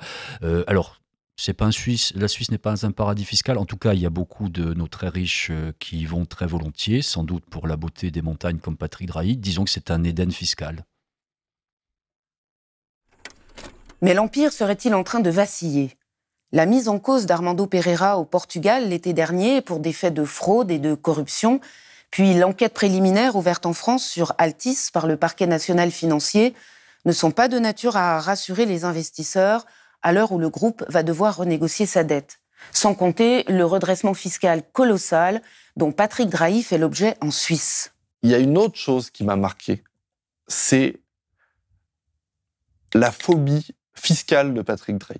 Patrick Drahi n'aime pas les impôts, mais c'en est maladif. Il habitait en France, il a fait sa fortune en France, il a aussi fait ses études en France, dans une école publique, payée par les impôts, mais une fois qu'il a été riche, il est parti. Il est parti d'abord en Israël, puis après il est parti en Suisse. Alors peut-être qu'il aime bien les montagnes, mais je pense surtout qu'il aime bien la faible imposition offerte aux ultra-riches en Suisse. Mais même en Suisse, il trouvait qu'il payait trop d'impôts, alors il a mis en place une fraude fiscale en faisant semblant de se séparer de sa femme. Ça peut paraître dingue, ça l'est d'ailleurs. Alors est-ce qu'ils se sont séparés réellement et se sont réhabibochés ensuite, ou ils ne se sont jamais séparés? On ne le sait pas. Mais par contre, on a la preuve, grâce à des dizaines, voire des centaines de documents, qu'ils habitent ensemble ensuite. On voit que sa femme participe au choix du cuisinier, ils partent en vacances ensemble, on voit ce qu'ils emmènent dans leur valise, le shampoing qu'elle utilise, etc. C'est des détails anodins, mais c'est des détails anodins qui nous permettent de démontrer qu'il y a une fraude fiscale, puisqu'ils ont déclaré aux impôts suisses qu'ils n'habitaient plus ensemble, qu'ils devaient donc payer leurs impôts de manière séparée, et elle ne devait pas profiter du patrimoine financier de Patrick Drahi au-delà d'une pension alimentaire qu'il lui aurait versée. Donc tout ça est faux. Et les impôts suisses lui réclament ce qui est peut-être le plus grand redressement fiscal pour un particulier de l'histoire de l'humanité, plusieurs milliards d'euros d'arriérés d'impôts et de pénalités. Alors, ça n'est pas tranché, mais grâce au Leaks, on peut démontrer, 1, qu'il a triché, et 2, on peut lire tous les stratagèmes qu'il met en place pour tenter de convaincre les impôts qu'il n'a pas triché. Alors, on a des échanges entre ses avocats, ses plus proches conseillers, qui essayent de convaincre que Patrick Drahi est bien célibataire. Alors, on se dit, oui, mais enfin, pourquoi il a renouvelé ses vœux devant un rabbin dans une synagogue? Alors là, ils disent, oui, c'est vrai, Patrick a menti. Mais il n'a pas menti aux impôts, il a menti au rabbin. Ensuite, on se dit, mais pourquoi ils ont créé une fondation, Patrick et Lina Drahi? Elles portent les 2 noms, alors qu'ils sont divorcés, enfin séparés, depuis 10 ans à ce moment-là. Oui, mais les Clinton ont aussi une fondation à leur 2 noms. Oui, mais enfin, ils l'avaient créée avant de se séparer, etc. Et donc, on voit ces débats où il y a des gens payés extrêmement cher qui passent un temps dingue à essayer de prouver que Patrick Drahi est célibataire. Un petit insert sur ce que raconte de façon éloquente. Très beau freeze frame, hein. Merci pour ça. Oui, Mathieu. Juste là, puisque c'est passé aussi en insert sur la vidéo de Florence où on voit Mathieu, il y a notamment un élément, il en parle par rapport au Clinton, de la fondation Patrick et Lina, Lina c'est ça, hein, Drahi. La fondation Lina Drahi, d'abord, elle est au cœur de ça, elle est omniprésente. Il n'y a pas de fondation Drahi sans Lina Drahi, ça c'est bien clair. Et c'est, alors ce sont les bonnes œuvres des Drahi, et c'est assez stratégique. En tout cas, nous, on l'a vu à Blast, puisqu'on avait sorti, alors hors valise des Drahelix, mais c'est glissé dedans également. On avait sorti une révélation au moment où c'est déclenché un petit peu après le conflit à Gaza entre Israël et le Hamas. La fondation Drahi finance énormément de choses en Israël. Elle a notamment financé un centre de repos, si j'ai bonne mémoire, de l'armée israélienne, ce qui est évidemment tout sauf neutre, et qui est en réalité extrêmement stratégique. Et ça allait un petit peu plus loin, puisqu'on se rendait compte par les montages et la circulation de cet argent-là, je vous invite à aller lire cette enquête exclusive de Blast, on se rendait compte que, quelque part, l'argent des impôts des Français payait une partie de cet argent qui finançait l'armée israélienne et son repos. Voilà, c'était un petit insert là-dessus. Alors le groupe a effectivement des soucis, on va dire, depuis l'affaire Pereira au Portugal. Comme d'autres groupes, c'est un groupe qui se construit au fil des années sur une montagne de dettes. Là, on est sur 60-70 milliards. C'est énorme.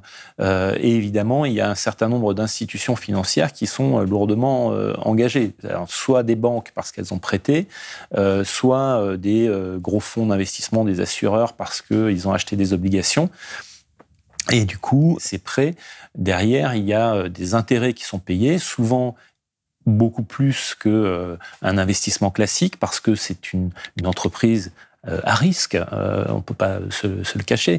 Il paye une prime, en fait. Patrick Drahi, à chaque fois qu'il emprunte, il va avoir un taux d'intérêt à 8, 10, 12%, alors que les taux sont plutôt à 2, 3%. Donc, tant que les taux sont bas, ça va. Quand les taux remontent, comme c'est le cas actuellement, le coût de sa dette augmente terriblement et ça devient très dur. Il est obligé de se refinancer, c'est-à-dire qu'il faut qu'il re-emprunte de l'argent. Il y a des échéances qui arrivent, 2025, 2026 et 2028 de mémoire, et ces échéances sont importantes. C'est aux alentours de 16 milliards qu'il va falloir trouver, soit en refinançant, soit en trouvant du cash. Bon, là, il est obligé de vendre, alors qu'il avait dit qu'il ne vendrait pas, il est obligé de vendre son pôle presse, avec BFM, RMC. Ça va lui rapporter à peu près 1,5 milliard. Ça lui donne un petit peu de cash comme ça pour pouvoir faire face à sa prochaine échéance. Mais évidemment, le gros problème, c'est si l'ensemble du monde de la finance considère que mais peut-être que on voit avec l'enquête au Portugal qu'il y a une espèce de politique de prédation un peu globale des entreprises en mettant en place des centrales d'achat pour surfacturer et récupérer la différence dans la poche d'un des dirigeants, Armando Pereira. Tiens, le PNF, le Parquet national financier à Paris, a ouvert également une enquête préliminaire pour des éventuels faits de corruption. Ce sont des mots qui ne sont pas appréciés dans ce monde-là. Et peut-être que, effectivement, la confiance, qui est le point central dans le monde de la finance, il faut qu'il y ait de la confiance. Et d'ailleurs, en août dernier, je crois, il avait été obligé, avec l'affaire Pereira, de réunir à la fois ces 500 top managers pour essayer de les rassurer et surtout tous ces investisseurs. Et c'était la première fois qu'ils faisaient ça depuis des années. C'est une entreprise de calinothérapie. Donc pour leur dire, ne vous inquiétez pas, tout va bien se passer, on va passer le cap, on est solide, etc. Ça lui a permis de passer un premier cap, mais d'autres turbulences arrivent qui sont très importantes. Et si la confiance des investisseurs disparaît, à ce moment-là, il y a des chances pour que le groupe ne puisse plus faire face à cette dette. Bon, alors on a laissé parler Antoine parce que là, c'est extrêmement riche et dense ce qu'il raconte et décrit ici sur le fruit de notre travail, de notre enquête, de nos enquêtes communes. Entreprise à risque. Oui, entreprise à risque. Antoine explique bien comment la confiance est absolument essentielle dans ce système. Elle ne fonctionne que sur ça. Parce que si on acte le bilan à ce jour, il n'y a rien, tout s'effondre, tout ça n'existe pas. Tout ça ne peut pas fonctionner. À ce jour, avant, après, hier, avant-hier, demain. Ceci étant, entrepris à risque pour qui? Oui, il y a potentiellement un risque pour Patrick Drahi. Aujourd'hui, effectivement, il a la question de sa dette, avec des échéances qui arrivent. On voit bien que la vente, enfin en tout cas la promesse de vente à Rodolphe Saadé de ses actifs dans la presse, ça répond à cette urgence-là. Mais là aussi, il y a un coût formidable. Entreprise à risque pour qui? Moi, j'ai envie de dire qu'en tout cas, pour l'instant, à risque pour les autres. Sur l'opération qui est en cours, donc le rachat du pôle média RMC BFM TV par Rodolphe Saadé, il y a donc un chèque, je ne sais plus de combien de milliards, 1 milliard et quelques. Bon, c'est pas encore fait, ça doit être fait dans les mois qui viennent, si ça va au bout. Mais d'ores et déjà, alors là pour le coup, ce sont les Échos qui ont sorti un papier pétaradant là-dessus. Patrick Drahi a déjà prévenu. C'est-à-dire que les petits actionnaires qui sont quand même liés à toute cette histoire-là, ils sont très très inquiets, eux, parce qu'eux peuvent se retrouver à poil. Et il a déjà prévenu qu'il allait falloir qu'ils abandonnent des ambitions et des revendications sur un certain nombre de choses, de choses financières, parce que autrement, la vente, alors je le dis de façon un petit peu grossière et caricaturale, mais enfin ça revient à ça. Autrement, la vente et le produit de la vente du pôle média à Rodolphe Saadé, ben, ça ira uniquement dans la poche de Patrick Saadé. C'est formidable, c'est formidable. C'est-à-dire que tout le monde paye, tout le monde passe à la caisse dans ce système-là. Et là, les petits moyens actionnaires, à leur place, je ne serais pas... voilà. Après, il y a dans tout ce que dit ici Antoine, il y a quelque chose peut-être, Florence, tu pourrais revenir là-dessus, c'est toi qui as travaillé là-dessus. C'est ce système qui a été mis en place, en tout cas, qu'on a vu surgir avec le scandale Pereira l'été dernier au Portugal, des fournisseurs et comment les fournisseurs sont un outil très utile là-dedans. Toi, tu as travaillé sur ça, notamment par rapport à la Suisse. Alors, oui, on a vu, puisque l'affaire Pereira, c'était donc un problème avec des fournisseurs, avec une chaîne d'achat voilà, qui faisait... et puis de la corruption, avec des fournisseurs qui redonnaient une partie de l'argent à Altice. Et en fait, on s'est rendu compte... Alors donc, évidemment, Patrick Drahi s'est complètement désolidarisé en disant qu'il avait absolument aucune connaissance de cette mécanique-là. Or, il se trouve qu'il y a une mécanique un petit peu semblable qui a été mise en place par Patrick Drahi via une entité suisse qui lui appartient à 100% et qui manifestement joue un rôle central dans le processus des achats. Voilà. Et qui fait que, effectivement, il y a eu, en tout cas pendant un temps, les fournisseurs reversaient entre 3 et 10% de chaque facture payée par Altice SFR, reversaient à cette entité suisse. Alors en clair, pour faire ça d'abord, on parle de SFR ici, hein, c'est pas d'Altis, on parle principalement de SFR qui est quand même le cœur du business, la téléphonie, voilà, c'est énorme. Et ce qui se passe aussi bien, ce qu'on constate aussi bien dans le scandale portugais en cours avec cette enquête énorme de la justice portugaise, et ce que nous on semble avoir détecté quelque chose qui fait penser à... En clair, vous avez des sociétés prestataires et fournisseurs qui ont été imposés à SFR avec des prix qui semblent très surfacturés par rapport à réellement la plus-value qu'elles apportent, et pour certaines n'apportent aucune plus-value. Et il se trouve que ces systèmes-là, donc là, c'est SFR qui paye tout ça, ce surcoût, et il se trouve que ces sociétés-là, en tout cas, ça semble assez clair, et ce sont les soupçons de la justice au Portugal, sont contrôlées par des proches au Portugal d'Armando Pereira ou des gens de sa famille. Voilà. Et on a travaillé, nous, sur quelque chose qui rappelle ça. Voilà. Patrick Drahi lui-même, il lui restera toujours les milliards accumulés via son family office, et pour le reste, tout dépendra de la bonne volonté et des moyens des autorités fiscales et judiciaires de la Suisse, du Portugal et de la France. Et maintenant, rendez-vous sur Blast pour lire les 7 articles de ce 3e volet des Drahi Leaks. Que je vous ai mis en lien. Bravo, bravo, merci pour cette belle démonstration. Tiens, j'en profite pour en placer une pour mon camarade Moran, avec qui j'ai partagé une classe de journalisme à Metz. Salut Moran. Nous avons choisi des chemins bien différents. Je vous écoute. Non, il y avait une question là sur est-ce qu'il s'enrichit. Enfin, je dis pas bien le nom, mais. Dis-moi quel pseudo, je le vais lire. La dernière, le Duc du Pontard. J'avais une question, il s'enrichit sur des énormes dettes, c'est propre à Drahi ou c'est commun aux ultra-riches?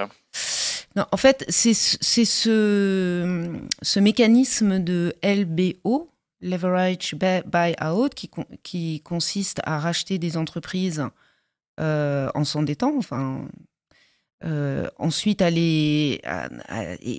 rembourser les dettes grâce à ce que génère cette entreprise, c'est pas propre à Patrick Drahi. Non, on retrouve ça depuis 20-30 ans sur tous les grands capitaines d'industrie, les capitalistes dont on nous chante les louanges pour les brillantes réussites. Il y en a beaucoup. Hein. À l'étranger, Albert Frère, c'était ça. Il y avait Desmarais, son collègue et compère, ami de Nicolas Sarkozy, qui a pratiqué ça de façon très très agressive. C'est un système qui existe depuis que les experts financiers ont inventé les banques il y a une vingtaine d'années, qui fonctionne à plein aujourd'hui. Et par contre, ce qui est peut-être commun aux ultra-riches, alors, c'est cette optimisation fiscale extrêmement agressive et qui joue sur tous les leviers de tous les pays et de toutes les lois fiscales. Il faut quand même rappeler que, alors je crois qu'en Europe, c'est quelque chose comme 120 milliards d'euros de manque à gagner, alors je crois que c'est au niveau européen, par an, à cause de l'évasion fiscale. Donc c'est à rapprocher un peu là de ce qu'ils veulent refaire. Notre gouvernement est en train de préparer une 3e ou 4e réforme de l'assurance chômage, où on va nous dire que il faut travailler, qu'on n'y a plus d'argent, etc. Cette évasion fiscale, elle nous coûte des milliards et des milliards d'euros par an. 112 milliards, voilà. Merci pour le. Tu peux nous rappeler le ratio fraude sociale, fraude fiscale? Il est toujours super, ce chiffre. Alors, je n'ai plus en tête, mais il est effectivement très bas. C'est-à-dire que la fraude sociale, la fraude aux impôts sociaux, pratiquement, moi j'avais interviewé Éric Vernier, qui est un professeur, qui disait aujourd'hui, c'est très, très, très compliqué pour des particuliers de frauder le fisc dans la mesure où les informations circulent, puisque maintenant, les impôts, votre feuille, elle est quasi pré-remplie. Donc les enfants, c'est très compliqué. Et donc la fraude fiscale des particuliers, c'est peanuts. J'ai pas le chiffre en tête, mais par rapport à ça, c'est rien, c'est que dalle. Si vous voulez rajouter quelque chose sur cette vidéo, c'est sans doute le moment. La morale de l'histoire, d'abord sur nous. Le métier que nous faisons à Blast, que nous faisons ici avec nos amis et confrères de Reflet, de Street Press. Je crois qu'à travers cette expérience, cette aventure journalistique qui est totalement hors norme et inédite, on fait ce pourquoi on est là. Ce pourquoi on monte un projet comme celui-ci, on tient un engagement, on tient une promesse, c'est tout sauf rien. Tout à l'heure, je parlais en introduction de la justice. Ça peut avoir, c'est pas l'objectif, hein. Nous, l'objectif, c'est d'informer, que tout le monde soit informé. En démocratie, sans information, il n'y a rien. Mais il est très probable que ça ait des conséquences judiciaires. On se rend compte aussi sur des autres dossiers sur lesquels on enquête, on a révélé des choses à Blast, que ça finit par, de temps en temps, déclencher quelque chose de la justice. Et je rappelle que la justice a peu de moyens, parce qu'en l'occurrence ici, nous ne sommes pas des auxiliaires de justice, je tiens bien à faire la différenciation, mais ils attendent et ils surveillent le travail que nous faisons, je tiens à le dire, pour bien que chacun comprenne ce que ça veut dire. C'est-à-dire que si des médias comme les nôtres ne prennent pas ça à charge financièrement, avec les risques qu'il y a, hein, parce que nous ne sommes pas l'État, et nous, des procédures bâillons, c'est très très dur pour nous. On fait un travail d'utilité publique et même pour l'État, parce qu'ils ne le font pas, parce qu'ils n'ont pas forcément les moyens. Et après, la morale de l'histoire, encore un mot, elle est plus politique, tu l'as abordé, Florence, quand on regarde effectivement tout ça et qu'on fait le bilan, là c'est aux politiques de dire ensuite quelque chose. Est-ce que nous acceptons cela? Est-ce que nous acceptons qu'on puisse continuer comme ça à faire de la prédation sur des sociétés, à ne pas payer l'impôt, à accumuler des richesses sur le dos de richesses qui ont été constituées par ailleurs sur le travail de ceux qui l'ont construite? Voilà, ça c'est une vraie question, et là c'est aux politiques de s'emparer de ça, si c'est acceptable ou pas. Voilà, et il y a encore, on n'a pas tout à fait fini, il y a encore au moins 2 articles de papier sur les Drahi, qui ne seront pas faits dans le cadre du pool, mais qui viendront un petit peu plus tard. Et puis on reparlera très, très certainement d'Altis dans les mois à venir. La presse est un contre-pouvoir. Merci de soutenir la presse pour que ce genre d'affaires sorte, ce genre de papier, ce genre d'enquête. Merci pour cette démonstration. Je vais vous poser des questions vraiment très simples avant de vous rendre votre après-midi à toutes et à tous. On va tous faire une petite sieste après avoir bien parlé d'optimisation fiscale, ça va être très chouette. Est-ce que vous avez des références bibliographiques ou des articles qui ne sont pas les vôtres que vous voudriez recommander? Ou même des œuvres de fiction, hein. J'ai parlé des Hommes du Président tout à l'heure. Sur le LBO? Sur le sujet moi, ou sur les montages fiscaux en je me général? suis, pour apprendre les secrets des montages d'optimisation fiscale, j'ai lu, et je recommande, le livre de Renaud Van Ruynbeck, qui est sorti il y a 1 an et demi à peu près, qui s'appelle Offshore. Et puis le sous-titre, c'est, je sais pas quoi, des paradis fiscaux. Enfin voilà, il y a les paradis fiscaux dans le sous-titre, j'ai plus en tête. Je pourrais regarder là, mais c'est intéressant. Moi, j'ai pas de titre en particulier, mais on a quelqu'un ici qui a écrit 2, 3, 4, 5 livres intéressants sur le sujet de l'évasion fiscale, qui s'appelle Denis Robert. Il y en a quelques-uns qui valent la lecture ou la relecture. J'ai une tendresse particulière pour un qui s'appelle Affaires personnelles, parce qu'il raconte là-dedans comment, à titre personnel, il a traversé ce travail-là. Je pense à Clearstream en particulier. D'accord. Et il y a le film aussi sur la très grande évasion. Oui. De Kerr. Denis devait être le co-réalisateur, c'est un ami. Pardon, il nous excusera si on n'arrive pas, on se souvient pas de son nom, mais allez le voir. Oui. C'est bizarre le moment où Denis Robert a creusé 3 tunnels dans un camp de prisonniers allemands, et qu'il a fait de la moto pour échapper au. Je parle de la grande évasion, c'est une blague qui ne va nulle part. Vous parlez évidemment de la très grande évasion. La très grande évasion. La très grande évasion. De Alors, Kerouac. Oui, c'est pas Kerouac, mais c'est voilà. Bon, on y est presque. Yannick Kergoat. Yannick mais évidemment Kergoat. Voilà, et qui l'a fait en collaboration avec Denis Robert. D'accord. Est-ce que vous avez, pour ne pas détricoter des futurs sujets, Drahelix, est-ce que vous avez d'autres choses sur le feu, des choses que vous pourriez évoquer, nous teaser un petit peu, ou des sujets de rêve? Alors moi ça, c'est marrant parce que tu dis maintenant repos, moi pas du tout. Je fonce à une seconde adresse qui est un second studio de Blast pour me mettre devant mon ordinateur pour finir d'écrire une vidéo qu'on enregistre tout de suite. Et là, on part entre la France, la Belgique et l'Europe. On enregistre la vidéo qui sortira la semaine prochaine avec Thierry Gadot et Philippe Engels, autre signature émérite du pôle enquête de Blast. Et on a sorti ce début de semaine 2 papiers qui font partie d'une série sur les espions du Covid, les questions d'espionnage, les questions de marché public, de politique de la santé, et les questions d'Europe et d'une opération de barbouzerie et d'espionnage assez incroyable autour de ça. Je vous recommande la lecture. Nous avons publié ça en début de semaine et la vidéo arrive. Je m'enfuis, je vais la fabriquer avec mes camarades. D'accord, alors Olivier, Florence, que voudriez-vous voir améliorer chez Blast?